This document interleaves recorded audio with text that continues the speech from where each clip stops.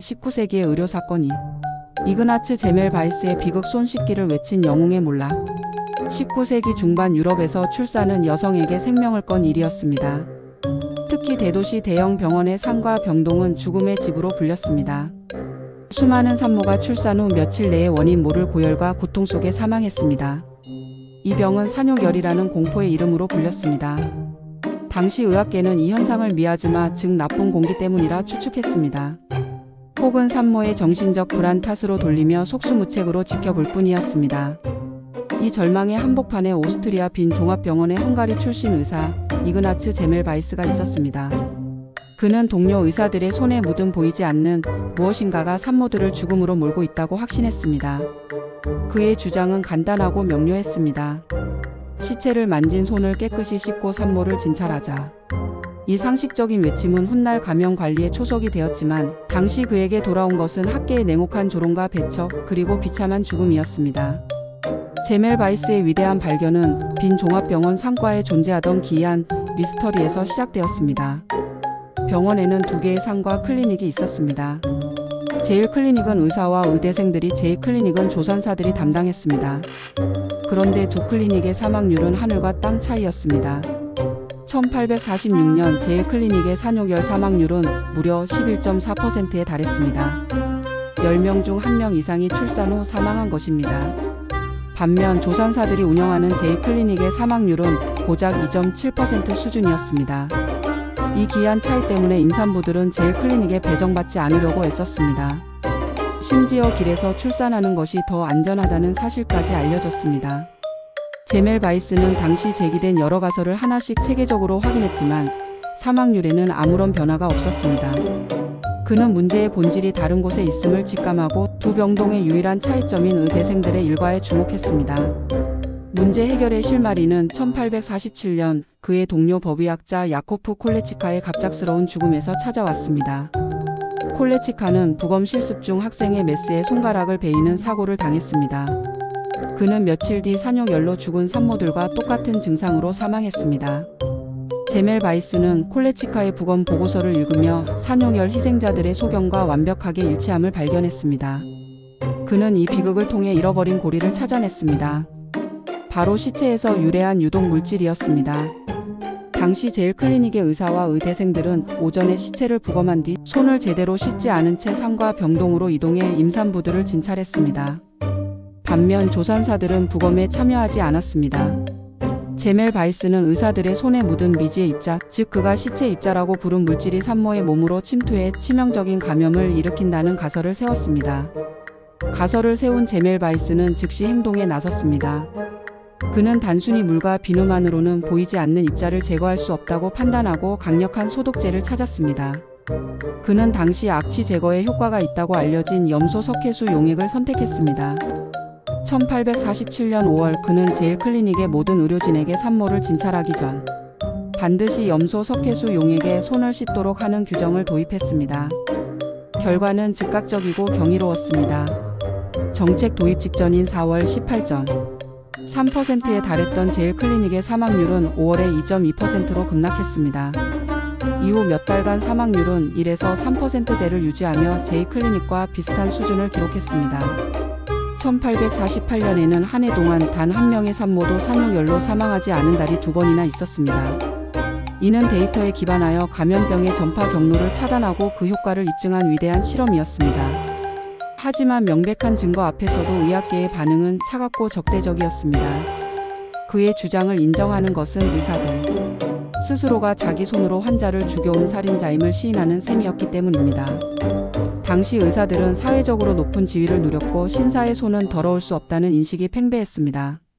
시체 썩는 물질을 손에 묻혀 옮긴다는 생각은 그들의 권위와 자존심에 대한 정면 도전이었습니다. 또한 제멜바이스의 이론은 당시 의학계를 지배하던 기존의 패러다임과 완전히 충돌했습니다. 눈에 보이지 않는 입자가 질병의 원인이라는 개념은 당시로서는 너무나 생소하고 비과학적으로 들렸습니다. 훗날 루이 파스테르와 로베르트 코흐에 의해 세균설이 확립되기 전까지 그의 주장은 과학적 메커니즘을 설명할 수 없는 경험적 주장에 불과했습니다. 여기에 그의 직설적이고 타협하지 않는 태도 또한 그의 입지를 더욱 좁히는 결과를 낳았습니다. 결국 제멜 바이스는 빈 종합병원에서 재계약에 실패하고 1850년 고향인 헝가리 부다페스트로 돌아왔습니다. 그는 성 로쿠스 병원에서 무급으로 상과 책임자 자리를 맡아 엄격한 손 씻기 정책을 시행했습니다. 결과는 이번에도 놀라웠습니다. 6년 동안 그가 담당한 933건의 출산 중 단 8명의 산모만이 사망하여 사망률은 0.85%라는 기록적인 수치를 기록했습니다. 그는 자신의 이론이 보편적인 진리임을 다시 한번 증명해낸 것입니다. 하지만 그의 성공은 그의 정신을 더욱 피폐하게 만들었습니다. 유럽 전역의 의사들이 여전히 자신의 발견을 무시하고 있다는 사실에 그는 분노와 절망감에 휩싸였습니다. 1861년 그는 자신의 모든 연구 결과를 집대성한 책을 출판했지만 이 책 역시 학계의 냉담한 반응에 부딪혔습니다. 이후 그의 정신은 급격히 무너져 내렸습니다. 1865년 그는 동료에게 속아 정신병원에 강제로 수용되었고 2주 만에 47살의 나이로 생을 마감했습니다. 그의 죽음의 원인은 더욱 비극적이었습니다. 정신병원 직원들에게 폭행당하며 생긴 상처가 감염되어 발생한 폐혈증, 바로 그가 일생을 바쳐 싸웠던 그 병이 그의 생명을 앗아간 것입니다. 제멜 바이스가 비참하게 죽어간 후 의학계에는 거대한 혁명이 일어났습니다. 프랑스의 화학자 루이 파스테르는 미생물이 질병의 원인임을 증명하며 세균설의 시대를 열었습니다. 영국의 외과 의사 조셉 리스터는 파스테르의 이론을 수술에 적용하여 소독법을 개발, 수술 후 사망률을 획기적으로 낮췄습니다. 이들의 연구는 제멜 바이스가 설명하지 못했던 시체, 입자의 정체가 바로 세균이었음을 과학적으로 완벽하게 증명해 주었습니다. 비로소 의학계는 제멜 바이스의 선구적인 통찰력을 깨닫고 그를 산모들의 구원자이자 감염 예방의 아버지로 추앙하기 시작했습니다. 오늘날 그의 이름은 새로운 지식이나 증거가 기존의 신념과 충돌할 때 그것을 거부하는 경향을 일컫는 제멜 바이스 반사라는 용어로 남아 과학계에 깊은 경고를 던지고 있습니다. 제멜 바이스의 비극적인 삶은 오늘날의 의료 현장에도 여전히 중요한 교훈을 던집니다. 그의 이야기는 손위생이라는 가장 기본적이고 간단한 행위가 수많은 생명을 살릴 수 있는 가장 강력한 무기임을 상기시킵니다. 현재도 전 세계적으로 병원 내 감염은 심각한 문제이며 세계보건기구 WHO는 손위생만으로도 의료 관련 감염의 상당 부분을 예방할 수 있다고 강조합니다. 또한 그의 실패는 과학적 발견만큼이나 소통과 설득의 중요성을 보여줍니다. 가장 중요한 교훈은 바로 데이터에 기반한 겸손함입니다. 제멜 바이스는 눈앞의 통계와 증거를 믿고 기존의 상식과 권위에 도전했습니다. 그의 이야기는 의료인들에게 항상 새로운 증거 앞에서 자신의 신념을 기꺼이 바꿀 수 있는 열린 자세를 가질 것을 요구합니다. 환자의 생명보다 더 중요한 권위나 자존심은 없다는 그의 외침은 시대를 넘어 모든 의료인의 가슴에 깊이 새겨져야 할 영원한 진리입니다. 이그나츠 제멜 바이스의 삶은 고독하고 비참하게 끝났지만 그의 유산은 현대의학의 모든 곳에 살아 숨쉬고 있습니다. 우리가 병원에 들어설 때마다 마주치는 손 소독제, 의사와 간호사가 환자를 대하기 전후로 손을 씻는 당연한 풍경, 수술실의 엄격한 소독 절차 모두가 그의 헌신 위에 세워진 것입니다.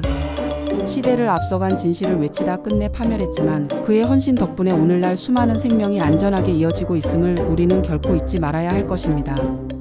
본 콘텐츠는 일반적인 건강 정보이며 전문적인 의학적 조언이나 진료를 대체할 수 없습니다. 건강에 문제가 있을 경우 반드시 의사 등 의료 전문가와 상담하시기 바랍니다. 제공된 정보의 활용에 대한 모든 책임은 전적으로 사용자 본인에게 있습니다.